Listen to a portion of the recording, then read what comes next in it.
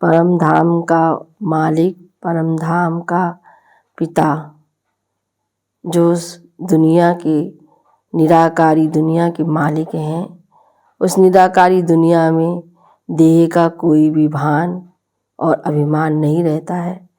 इसलिए बाबा भी हम बच्चों को बार बार देही अभिमानी बनने का अभ्यास कराते हैं, पढ़ाई पढ़ाते हैं, स्मृति दिलाते हैं कि बाबा बच्चे कि जितना जितना हम देही अभिमानी बनेंगे उतना इस पुरानी दुनिया, दुख की दुनिया को भूलते जाएंगे और सुख की दुनिया, सहज शांति धाम की दुनिया याद आती रहेगी। तो जो हमें पारलौकिक पिता मिला है वो हम बच्चों को यही स्मृति दिला रहे हैं कि अब ईश्वरीय सर्विस पर जुड़ते हुए ईश्वरीय सेवा करने में लगें, बुद्धि का योग हम सेवा प्रति लगाएं, पारलौकिक माता पिता जो मिला है उनकी श्रीमत पर पूरा चलें। सुनते हैं बाप दादा के 23/3/2023 के साकार महावाक्य में बाबा बोले, मीठे बच्चे, देही अभिमानी बनो तो पुराने जगत से नाता तोड़ने और नए जगत से नाता जोड़ने की खूबी सहज आ जाएगी, एक बाप से लब जुट जाएगा। प्रश्न में किन बच्चों का बुद्धि योग पारलौकिक माता पिता से सदा जुटा हुआ रह सकता है? उत्तर में जो जीते जी मरकर ईश्वरीय सर्विस पर तत्पर रहते हैं, गृहस्थ व्यवहार में रहते भी सभी का बुद्धि योग बाप से जोड़ने की सेवा करते हैं। बाप से जो रोशनी मिली है वह दूसरों को देते हैं। स्वर्ग का मालिक बनाने के लिए पावन बनने की युक्ति बताते हैं। उनका बुद्धि योग स्वतः बाप से जुटा रहता है। गीत है, कौन है पिता कौन है माता। ओम शांति। गीत का अर्थ क्या है? कहते हैं जगत के यानी लौकिक माता पिता को, मित्र संबंधियों आदि सबको छोड़ो और बुद्धि योग अपने सच्चे माता पिता जो सृष्टि का रचयिता है उनसे लगाओ। यह जो माता पिता मित्र संबंधी आदि हैं, इनसे अब नाता तोड़ना है और एक से नाता जोड़ना है। उनको भी माता पिता कहा जाता है। तो माता पिता हम बालक तेरे, वह सब एक को कहते हैं। वह लौकिक माँ बाप तो सबके अलग अलग हैं, ये सारे भारत अथवा सारी दुनिया का माता पिता है। तो पारलौकिक माता पिता का बनना और लौकिक माता पिता मित्र संबंधियों को छोड़ना, इसके लिए देही अभिमानी बनने का ज्ञान चाहिए। जब तक देही अभिमानी नहीं बनते हैं तब तक छूटना बड़ा मुश्किल है। तो इस पुराने जगत से नाता तोड़ना है और नए जगत से नाता जोड़ना है, यही खूबी है। हद के घर से नाता तोड़, हद के दूसरे घर से नाता जोड़ना तो बहुत सहज है। हर जन्म में तोड़ना और जोड़ना होता है। एक माता पिता मित्र संबंधियों को छोड़ा, दूसरा लिया। एक शरीर छोड़ा तो फिर माता पिता मित्र संबंधी गुरु आदि सब नए मिलते हैं। यहाँ तो जीते जी मरने की बात, जीते जी पारलौकिक माता पिता की गोद में आना है। इस कलयुगी जगत के माता पिता आदि सबको भुलाना है। ये बाप तो है, फिर माता भी कैसे हुई? यह है गुहे बात। बाप ये शरीर धारण कर इनसे फिर अपना बच्चा बनाते हैं, परंतु कई बच्चे ये बात घड़ी घड़ी भूल जाते हैं। अज्ञान काल में कभी माँ बाप को भूलते नहीं हैं, इस माँ बाप को भूल जाते हैं क्योंकि ये है नई बात। तो इस माता पिता से बुद्धि योग जोड़ना है, फिर सर्विस पर तत्पर रहना। जैसे बाप को सर्विस का फुरना रहता है, ऐसे बच्चों को भी रहना चाहिए। कहते हैं भगवान को फुरना हुआ नई दुनिया रचे, तो ये कितना बड़ा फुरना है। बेहद के बाप को बेहद का फुरना रहता है, सबको पावन बनाना है। उस पावन दुनिया स्वर्ग के लिए राजयोग सिखाना है। कितनों को सिखलाना है? सबका बुद्धि योग बाप के साथ जोड़ना है। यही धंधा हम बच्चों का है। बाप कहते हैं गृहस्थ व्यवहार में रहते तुम बच्चे सर्विस करके दिखाओ। सन्यासियों को फुरना रहता है हम कोई को काग विष्ठा समान सुख से छुड़ावे, पवित्र बनाए। उन पर भी रिस्पॉन्सिबिलिटी रहती है, किसको वैराग दिलाए, पवित्र बनाए। वह समझते घरबार छोड़ना है, ये नहीं समझते कि पतित दुनिया को छोड़ना है। ये तो जब बाप आकर पावन दुनिया का साक्षात्कार कराते हैं तब हम पतित दुनिया से नाता तोड़ते हैं। फिर भी वे अपने को जवाबदार समझ घरबार छोड़ कितनों को वैराग दिलाकर पवित्र बनाते। जिससे संन्यास धर्म फिर स्थापित होता है। महिमा तो उन्हों की भी गाई जाती है। ये संन्यास धर्म तो नहीं होता तो भारत और ही कामचिता पर जलकर भस्म हो जाता। अब ये रजोगुणी संन्यास स्थापन करने वाला कौन और ये सतो प्रधान संन्यास स्थापन करने वाला कौन, ये बाप बैठ समझाते हैं। उनका हेड था शंकराचार्य। उनके भी कितने फॉलोअर्स होंगे, लाखों करोड़ों की अंदाज में होंगे। वे पवित्र नहीं होते तो उनकी प्रजा भी वृद्धि को नहीं पाती। तो यह सन्यासियों ने भी अच्छा ही किया है। पहले नंबर में देवताएं गिने जाते हैं, दूसरे नंबर में सन्यासी। तो सारा मदार है ही पवित्रता पर। दुनिया को पवित्र से अपवित्र, फिर अपवित्र से पवित्र बनना ही है। सतयुग से लेकर जो भी ड्रामा में पास्ट हुआ है वो नूंद है। भक्ति मार्ग में साक्षात्कार आदि जो कुछ होता है सेकंड बाय सेकंड, वह फिर कल बाद होगा। ड्रामा में ये सब नूंद है। ड्रामा चक्र को समझना है, ऐसे नहीं बैठ जाना है कि ड्रामा में जो होगा। ड्रामा में एक्टर्स तो सब हैं, तो भी हर एक अपनी आजीविका के लिए पुरुषार्थ जरूर करते हैं। पुरुषार्थ बिगड़ रह ना सके। भल कई मनुष्य समझते भी हैं यह नाटक है, हम परम धाम से आए हैं पाठ बजाने, परंतु विस्तार से समझा नहीं सकते हैं। तो पहले किस धर्म वाले आते हैं, सृष्टि कैसे रची जाती है जानते नहीं।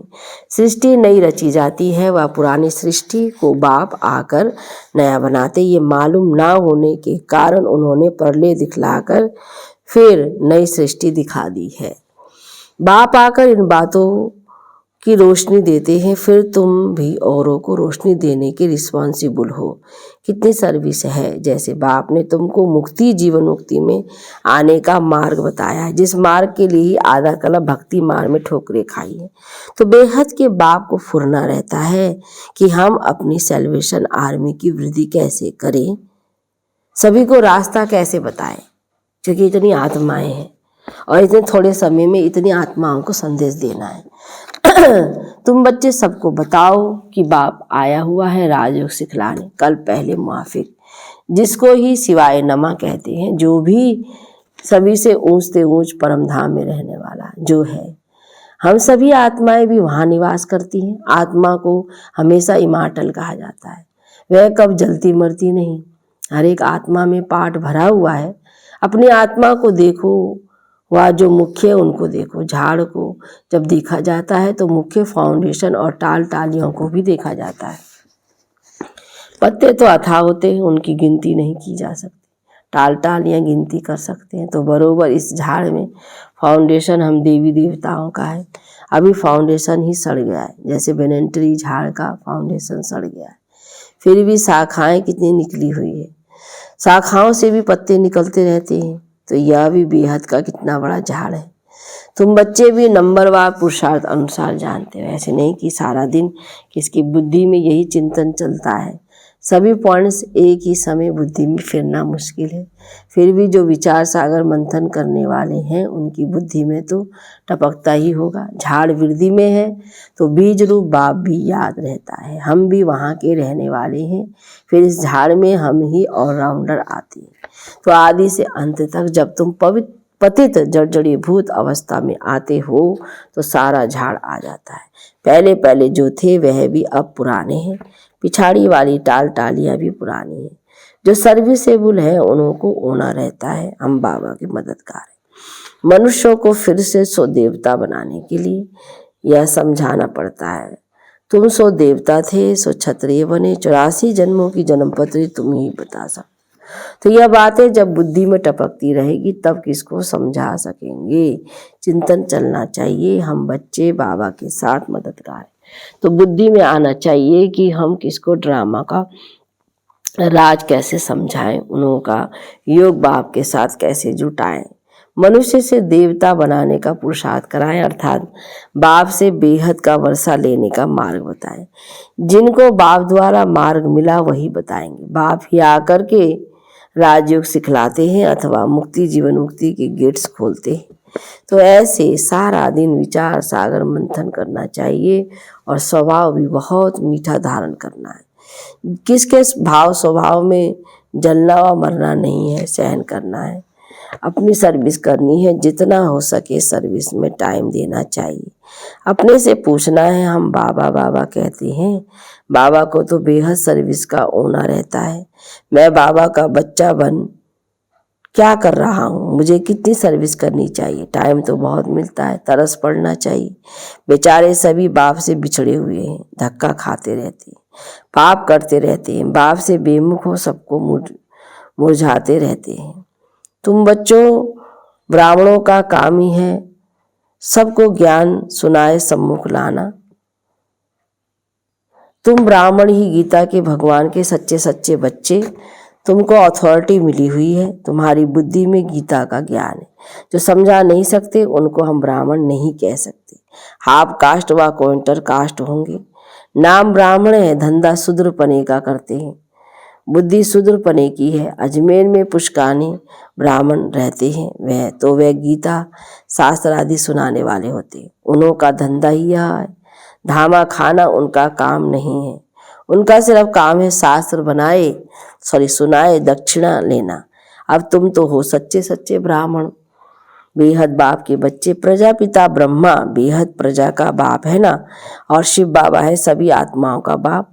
उनका निवास स्थान है परम धाम में, वही पतितों को पावन बनाने वाला है, इसलिए सारी दुनिया उनको याद करती है। ओ गॉड कहते हैं तो निराकार ही बुद्धि में आता है, परंतु गुरुओं की जंजीरों में फंसे हुए हैं। जिन देवताओं की पूजा करते हैं उनके ऑक्यूपेशन का पता नहीं है, वह भी जैसे गुड्डे गुड़िया समझ पूजा करते हैं। ऑक्यूपेशन जानते नहीं, इसलिए गुड़ियाओं की पूजा कहा जाता है। तो कितना फर्क रहता है, ढेर के ढेर मुझे हुए हैं। देवताओं की सूरत और सीरत, मनुष्य की सूरत और सीरत में रात दिन का फर्क है। मनुष्य गाते हैं, आप तो सर्वगुण संपन्न, हम नीच पापी हैं। अगर ऐसा कहते हैं तो भला उनको ऐसा बनाने वाला कौन था। अभी तो बरोबर नरक है, फिर स्वर्ग का मालिक क्या हम बन सकते हैं, ये ख्याल कभी मनुष्यों को उठता नहीं है। तुम बच्चों को कभी ये ख्याल थोड़ी उठा होगा कि हम कैसे कब बनेंगे, सिर्फ भक्ति करते रहेंगे।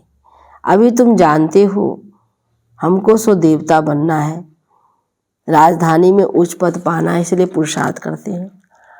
अंदर आना चाहिए, अगर हमारा शरीर छूट जाए तो हम किस पद को पाएंगे। तुम पूछ सकते हो अगर हम मर जाएं तो क्या पद पाएंगे, तो बाबा झट बता देंगे, तुम पाई पैसे का पद पाओगे, व 8 आने का, 12 आने का व कौड़ी का पद पाएंगे। प्रजा को कौड़ी पद कहेंगे। दिल दर्पण में अपनी शक्ल देखो, कोई बंदरपना तो नहीं है, अशुद्ध अहंकार है नंबर 1। काम क्रोध को भी जीत लेवे, परंतु देह अभिमान है पहला नंबर दुश्मन। देही अभिमानी बनने से ही फिर और विकार ठंडे होंगे। देही अभिमानी तब बने जब बाप के साथ लव जुटे, अपना घर परम धाम याद रहे। देह अभिमान का लव जुट ना सके तो देह अभिमान छोड़ने में बड़ी मेहनत चाहिए। देही अभिमानी बड़े हर्षित रहते हैं, देह अभिमानी का चेहरा मुर्दा जैसा रहता है। तो पहली मुख्य बात है देही अभिमानी बनना, तब बाप भी मदद करेगा। निर्विकारी तो बहुत रहते हैं, परंतु मैं आत्मा हूँ बाप की याद रहे, ये घड़ी घड़ी भूल जाता है, इसमें फेल हो जाते हैं। आज शरीरी नहीं बनेंगे तो वापस कैसे जाएंगे। सर्विस का बहुत फुरना रहना चाहिए, जिससे बहुत मनुष्य का कल्याण हो। देह अभिमानी कहाँ भी जाएगा तो फेल हो जाएगा। देही अभिमानी कुछ ना कुछ तीर लगा कर आएगा। महसूस करेंगे कि फलाने ने बात तो ठीक कही थी। योग जुट जाए तो सर्विस का फुरना भी हो, तो उसमें पहले पहले तो अल्प पर समझाना है, जास्ती तिक तिक से तंग हो जाएंगे। पहले शिवाय नमा 3 तब का भी समझाना है। एक निराकारी दुनिया जहाँ परमपिता परमात्मा और आत्माएं रहती हैं, बाकी है स्थूल और सूक्ष्मतम। स्वर्ग में लक्ष्मीनारायण का राज्य था, अब नहीं है, फिर हिस्ट्री रिपीट होती। आगे कलयुग था, फिर सतयुग हुआ, अब फिर कलयुग की हिस्ट्री रिपीट हो रही है, तो अब फिर सतयुग की हिस्ट्री भी रिपीट होगी ना। इसमें ही मज़ा है, बहुत अच्छी पॉइंट्स है। बाबा हम बच्चों को कितने अच्छे अच्छे पॉइंट्स से समझाते हैं, सिखाते हैं, बताते हैं। अच्छा, ब्राह्मण कुल भूषण सभी बच्चों प्रति माता पिता बाप दादा का याद प्यार और गुड मॉर्निंग। रूहानी बाप की रूहानी बच्चों को नमस्ते। रूहानी बच्चों की रूहानी बाप दादा को गुड मॉर्निंग। नमस्ते बाबा, नमस्ते, शुक्रिया। धारणा के लिए मुख्य सार में पहली पॉइंट, किसके भाव स्वभाव में जलना मरना नहीं है। अपना स्वभाव बहुत बहुत मीठा बनाना है, सहनशील बनना है। दूसरे पॉइंट में, बाप का खिदमतगार बनने के लिए विचार सागर मंथन करना है, बुद्धि में ज्ञान का ही चिंतन करते रहना है, देही अभिमानी रहने की मेहनत करनी है। बार बार बाबा हम बच्चों को समझा रहे हैं, देही अभिमानी बनना। वरदान में सर्व संबंध एक बाप से जोड़कर माया को विदाई देने वाले सहज योगी भव। जहाँ संबंध होता है वहाँ याद स्वतः सहज हो जाती है। सर्व संबंधी एक बाप को बनाना ही सहज योगी बनना है। सहज योगी बनने से माया को सहज विदाई मिल जाती है। जब माया विदाई ले लेती है तब बाप की बधाइयाँ बहुत आगे बढ़ाती है। जो हर कदम में परमात्मा दुआएं, ब्राह्मण परिवार की दुआएं प्राप्त करते हैं, वे सहज उड़ते रहते हैं। सेवा से, बाबा की श्रीमत से दुआओं को इकट्ठा करना। स्लोगन में सदा बिजी रहने वाले बिजनेसमैन बनो तो कदम कदम में पद्मों की कमाई है। अच्छा, ओम शांति शांति शांति।